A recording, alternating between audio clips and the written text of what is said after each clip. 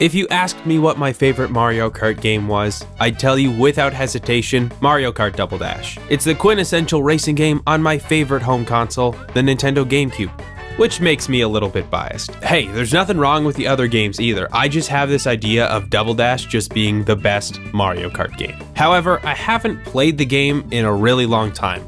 Well, up until recently. I just moved into a new house with my friends, and one of them just happens to have a copy of Double Dash. So today, we'll be finding out if Mario Kart Double Dash can still go. Is it everything I remember, or has nostalgia made this game go way off course?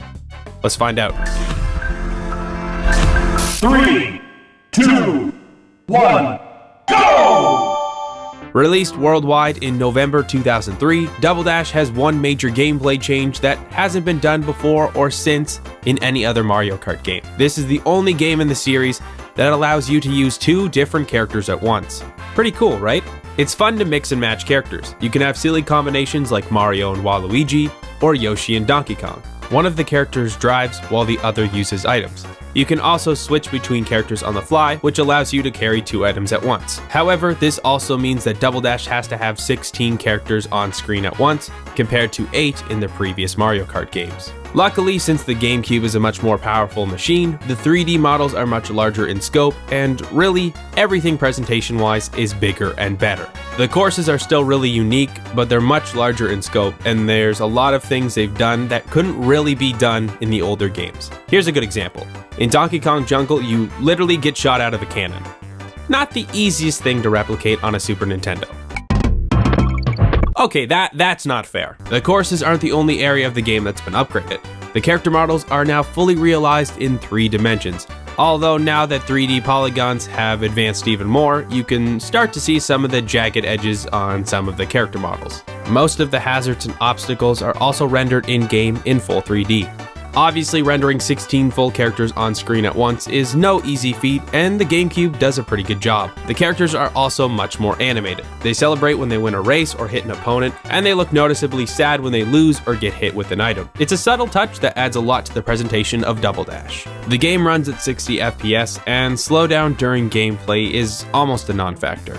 It's slightly noticeable after a race ends, but not enough to be annoying. The menus have also been overhauled. The background is a moving star pattern, with large text and graphics taking up most of the visual space. The racing interface has also seen some changes. Everything is pretty much the same, albeit now with a more consistent and vibrant look.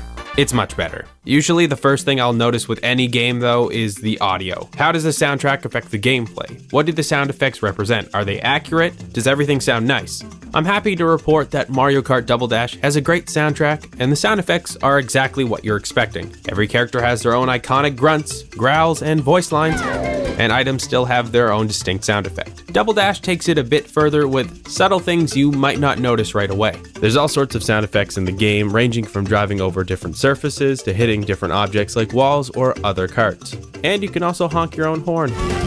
It's a really nice touch, and I like how much work was put into the sound effects for Double Dash. However, I can't say the same for the soundtrack. It's really good, and I do like a lot of the songs, but there's definitely some repetition going on here. At the very least though, they're placed in similar areas. For example, Peach Beach and Daisy Cruiser share the same song because they share a similar environment, which is something you'll see throughout the game. One thing I really do like about the music is that when you reach the final lap, the song speeds up. It's an obvious trick to make things feel more urgent, but it's also a nice throwback to the older Mario titles when the timer's counting down. Overall, Double Dash is a good game to listen to and look at. Earlier, we talked about Double Dash allowing you to pair up your favorite Mario characters. However, there's also a gameplay advantage to this system. Each character is organized into a weight class based on their size, and choosing specific characters will allow you to use different carts. For example, you'll need 2 light characters to use a light cart, but you can use heavy carts with any combination of characters as long as one of them is heavy. The cart types also vary with different stats. Light carts can accelerate quickly, but they aren't the quickest, and they can be smashed around pretty easily. Heavy karts have better speed, but don't accelerate well, and going off-road with them is a recipe for disaster. Medium karts are good middle of the road, with small variances in the individual stats. The two-character system is good because you're not tied to using one kind of kart based on your character. It also allows two people to play the Grand Prix mode together and control the same kart. I'll talk about multiplayer a bit later, but it's definitely expanded in Double Dash. For now, we'll move on to the main gameplay. If you've played a Mario Kart game before, you know obviously that it's a racing game with Mario characters. The main objective is to win the race as fast as possible and without mercy. To help with this, the game allows you to use different items to stop your opponents, ranging from banana peels to flying blue shells. Each character also has their own special item that uses their hidden ability, and with Double Dash you'll have the opportunity to get 2 different special items. There's also a few techniques to get you through the courses a bit quicker as well. The Boost Dash or Rocket Dash has changed slightly. At the beginning of the race, you can tap A to jog in place, and timing your last press with the start text will give you a slight momentum boost. The Double Dash boost, exclusive to this game, allows for even more momentum. However, it can only be done in co-op play, and both players must time it perfectly after the countdown. Another boost opportunity occurs when you fall off the stage. Once Like It 2 brings you back up, if you time it right, you can get a quick boost to catch back up. Double Dash modifies the power sliding technique as well. If you hit either shoulder button, you'll begin to drift. Moving the left analog stick in both directions will create sparks, and if the sparks turn blue, the player can then get a mini turbo boost.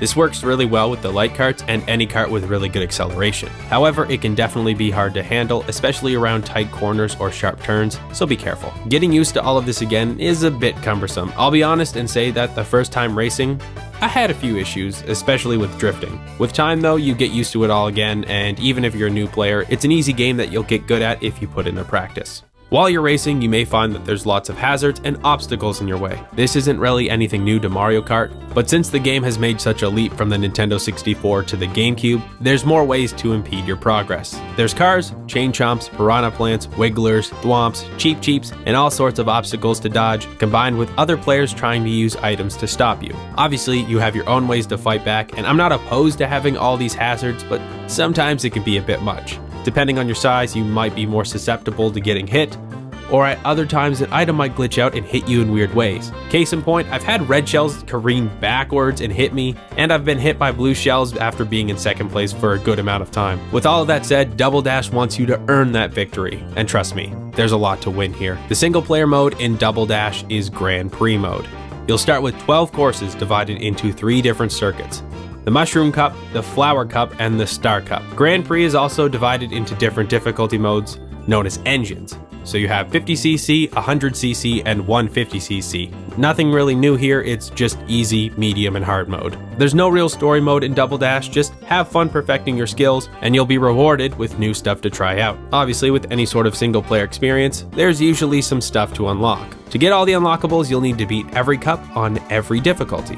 50cc unlocks a lot of karts, while 100cc and 150cc unlockables include more advanced karts, battle courses for multiplayer, new modes, new characters, and eventually new cups. The new cups include the Special Cup with 4 new courses and the All Cup Tour, which offers all 16 courses in one circuit and takes at least a goddamn hour to finish. 150cc in Double Dash definitely feels a lot more difficult than I remember though. I guess the best comparison would be Mario Kart 8's 200cc mode. Once you've cleared All Cup Tour on 150cc, you'll unlock Mirror Mode, which essentially flips all the courses so that they're mirrored. It's not easy to train your muscle memory to reverse everything it's learned, and since Mirror Mode is just as difficult as 150cc, I got frustrated pretty quickly. Beating everything on all difficulties will not only unlock a bunch of cool stuff, but a new title screen. I guess that's nice. The fun part in all of this is getting new stuff to try out with your friends. The multiplayer of Mario Kart Double Dash splits into 3 different types of gameplay: Grand Prix, Versus Mode, and Battle Mode. You can go through each Grand Prix Cup with a friend, and the gameplay switches up pretty drastically. Each of you controls a character, with the first player driving and drifting, and the second controlling items. The second player is also responsible for tilting the analog stick to get the drift boost, and can use the shoulder buttons to do a slide attack to either steal some items or stay on course. When the race begins, if you both press A as the timer hits start, you'll be able to use the Double Dash, which will get you much further ahead than a regular boost. To say it gets chaotic is a bit of an understatement, but it is cool that you can play the single player mode with a friend. You can also go with 4 players and have 2 squads of 2 fight it out in Grand Prix mode. Versus mode essentially allows you to fight your friends on any course, any combination of characters, with the whole track to yourselves. It's a good way to find out who the best of the best truly is when it comes to traditional Mario Kart. The best multiplayer mode has to be battle mode for sure though, because it's designed for you to destroy your friends. It's not a new concept for Mario Kart, but Double Dash does include 2 new modes, Bob-omb Blast and Shine Thief, along with the returning Balloon Battle. Balloon Battle is pretty much the same as it's been. You try and pop your opponent's balloons with any kind of item you find. However, in Double Dash, you can steal balloons if you hit an opponent while using a star or a mushroom, or if you use a slide attack in co-op mode. Shine Thief is essentially capture the flag. The shine sprite drops into the level, and the players must race to grab and hold onto it until the timer runs out. Like Balloon Battle, you can steal the shine sprite with a star, mushroom, or slide attack in co-op mode. It's fun to stress your friends out by racing around and avoiding everything. But honestly, the best mode of all is Bob-omb Blast. You hit item blocks to get bob-ombs, and you just throw them into your opponents. Each direct hit will get you a star, and the first person who reaches the most stars wins. However, if you get hit, you lose a star, which makes the game even more violent when there's a bunch of people trying to get stars, and they're dropping a whole bunch of bombs in a small area. It's the best one to play with friends hands down. Each mode can be played on 6 new courses. Block City is probably the most familiar to longtime fans. Pipe Plaza allows the players to move to different elevations, while Cookie Land and the Nintendo GameCube level narrow the battlefield to make the fighting a lot more chaotic. The 2 unlockable levels are Luigi's Mansion, which recreates the haunted house in a 3-story fighting area, and Tilt-A-Kart, which tilts around as you're playing. They're all really fun courses, so be sure to try each one. I can honestly say that Mario Kart is probably one of the best games to play with your friends, and this game is among the best of the best. So yeah, that's Mario Kart Double Dash. I didn't really talk about time trials because you're essentially just racing against yourself to get the best time possible, and you don't get anything to unlock. My final verdict for Mario Kart Double Dash is that even though it's not exactly how I remembered it, the gameplay still shines through. That's not to say that it's perfect, but it's a fun game to revisit, especially with your friends. It's guilty of being too damn good. Thanks for tuning in for this video on Mario Kart Double Dash with 2 exclamation points. If you want to hear more about really good Nintendo games, I co-host a podcast called Battle of the Ages, and we talked about the best Nintendo games. So I'll link the podcast for you to check out. If you'd like to know when these videos come out, be sure to subscribe and click the bell to get notifications. And if for some reason YouTube completely combusts, you can also follow me on social media or just join my Discord server. Anyway, I'm FalseProof, and I'll see you later.